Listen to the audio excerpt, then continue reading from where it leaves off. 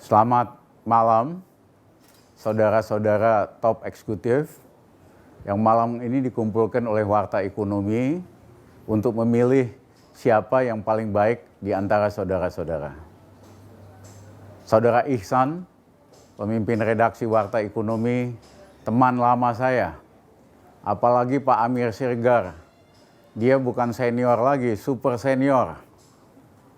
Tokoh pers Indonesia yang sangat senior dan terkemuka. Saya lihat di situ juga ada saudara Fadel Muhammad. Selamat Fadel, ini teman kuliah saya di ITB. Saya lihat juga ada Pak Yahya di RUT BCA. Salam Pak Yahya. Ada juga Pak Joko. Selamat malam. Saudara-saudara semua, selamat atas kehadirannya di acara ini.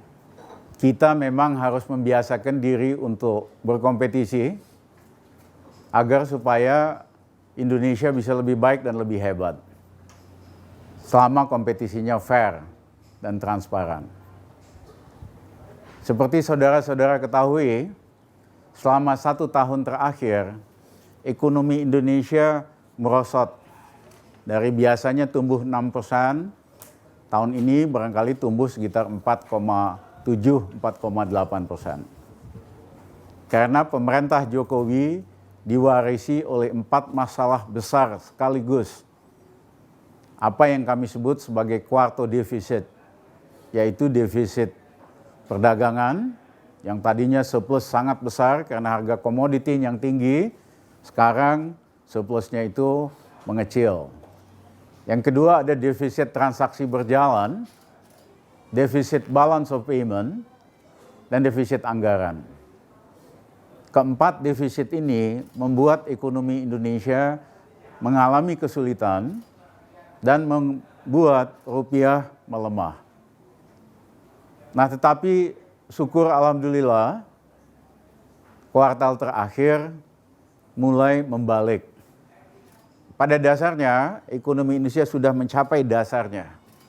Sudah mencapai titik baliknya. Walaupun hanya sedikit titik baliknya kuartal ini. Tetapi tahun depan akan lebih tinggi lagi. Perkiraan saya sekitar 6%. Memang pendapat umum mengatakan bahwa ekonomi Indonesia tahun depan hanya tumbuh 5,3%. Tapi kami optimis bahwa tahun depan ekonomi Indonesia akan tumbuh 6%. Kenapa? Karena selain langkah-langkah deregulasi yang memang ada dampaknya tapi akan butuh waktu yang lebih lama untuk bermanfaat, pemerintah juga mengambil langkah-langkah terobosan yang out of the box. Salah satu di antaranya apa yang kami sarankan yaitu revaluasi aset. Kami pernah melakukan revaluasi aset 15 tahun yang lalu. Pada saat PLN modalnya minus 9 triliun, bangkrut secara teknis, asetnya hanya 50 triliun. Mereka minta agar supaya disuntik dana pemerintah. Kami menolak. Kami minta PLN melakukan revaluasi aset. Karena banyak aset yang dibeli 20 tahun sebelumnya.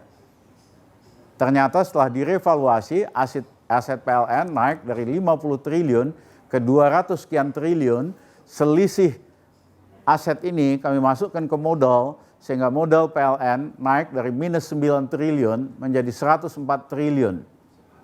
Belum pernah terjadi dalam sejarah Republik Indonesia satu BUMN diselamatkan tanpa menyuntikkan uang. Nah, harus bayar pajak. PLN harus bayar pajak 50 triliun. Kami atur supaya pajaknya bisa dicicil, deferred tax payment, selama 7 tahun, sehingga pemerintah punya pendapatan selama 7 tahun total 50 triliun. Nah, percobaan revaluasi aset 15 tahun lalu kami usulkan di sidang kabinet supaya dilakukan saat ini, tapi terbuka tidak hanya untuk BUMN, tapi juga untuk perusahaan swasta. Ini sebetulnya satu langkah terobosan untuk menciptakan wealth wealth kreasi. Saudara akan rugi kalau perusahaan saudara tidak melakukan ini. Artinya, misalnya gedung ini waktu dibeli 5 tahun yang lalu harganya cuma 10 miliar. Modal perusahaan 5 miliar. Tapi sekarang 5 tahun kemudian harganya sudah 30 miliar. Asetnya nambah 20 miliar. Nah, selisih aset saudara bisa masukkan modalnya 5 miliar tambah 20 miliar, jadi 25 miliar. Aset dan modal perusahaan saudara jauh lebih sehat. Bank tidak khawatir untuk menagih saudara karena asetnya kuat, modalnya kuat. Bahkan bank akan bersedia memberikan pinjaman baru. Jadi perusahaan pilihannya dalam suasana sulit tidak hanya PHK. Modal semakin besar, bisa minjem untuk ekspansi diversifikasi sehingga tidak perlu PHK. Negara juga diuntungkan karena pajak evaluasi walaupun sudah diturunkan 4%, itu bisa dicicil dalam 5 tahun. Jadi negara punya pendapatan dalam 5 tahun, tidak usah selalu berburu di kebun binatang, yaitu ngubur pengusaha yang itu-itu saja. Ini langkah terobosan yang dahsyat. Dan semakin banyak yang semakin ikut, ekonomi Indonesia akan lebih kuat, pulih lebih cepat, dan negara juga akan lebih sehat. Itulah yang menjelaskan kenapa kami berani mengatakan tahun depan itu bakal tumbuh 6%, bukan 5,3% seperti pendapat umum yang berlaku saat ini. Nah, yang kedua, pemerintah juga menghapuskan double taxation, yaitu dalam kaitannya dengan Real Estate Investment Trust atau REITs. Banyak perusahaan real estate Indonesia itu yang mendaftarkan REITs-nya di Singapura, miliaran dolar.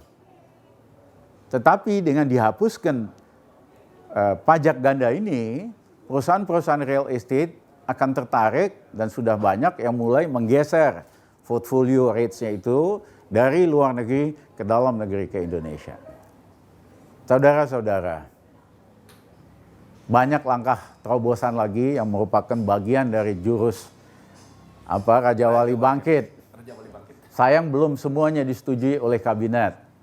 Salah satu yang kami sudah usulkan 2-3 kali, yaitu agar pemerintah memfasilitasi kredit ekspor. Kenapa?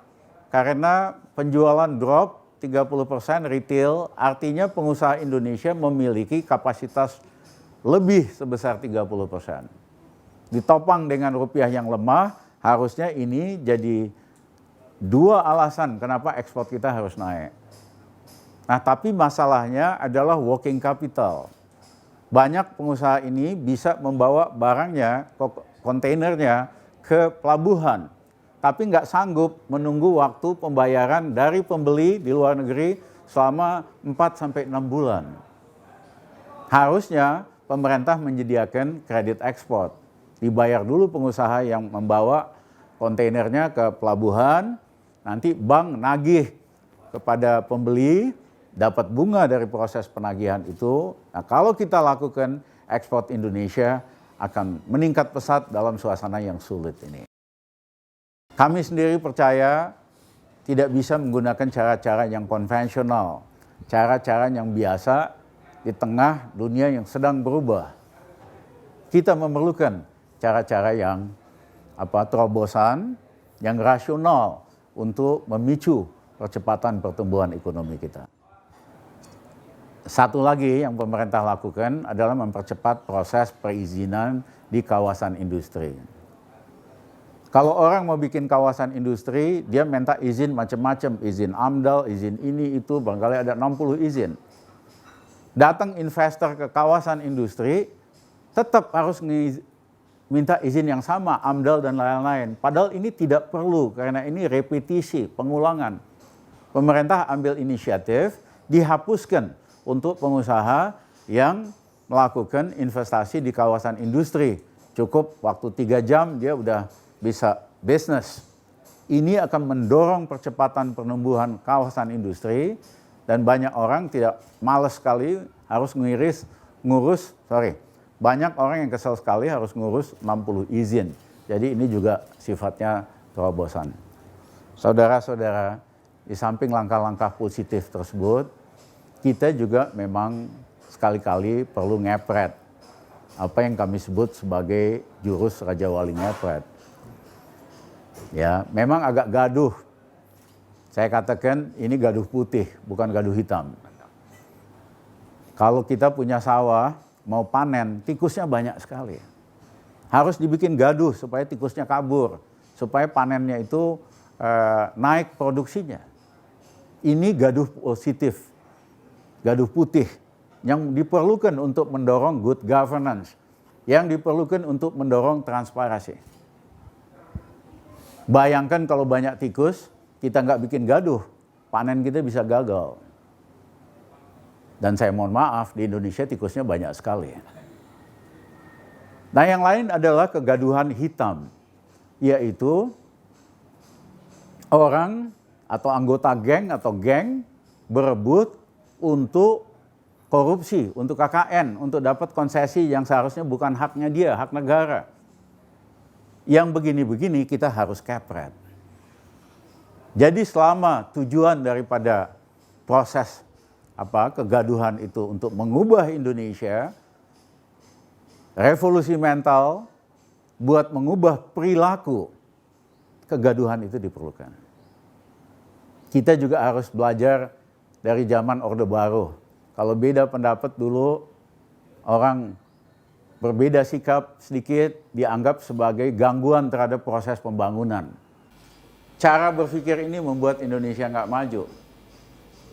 Ya, kalau kegaduhan itu tujuannya untuk mendorong transparansi, untuk mendorong good governance, menghambat KKN, kegaduhan itu positif mengurangi pekerjaan KPK dan Kejaksaan. Jadi saudara-saudara, kita harus gunakan berbagai jurus. Ada jurus Raja Wali bangkit, ada jurus Raja Wali ngepret, ada jurus yang terakhir, yaitu jurus memancing ular keluar dari sarangnya. Iya kan? Dengan gaduh, ular-ular keluar semua. Nah, nanti kita kepuk semua. Terima kasih. Selamat malam.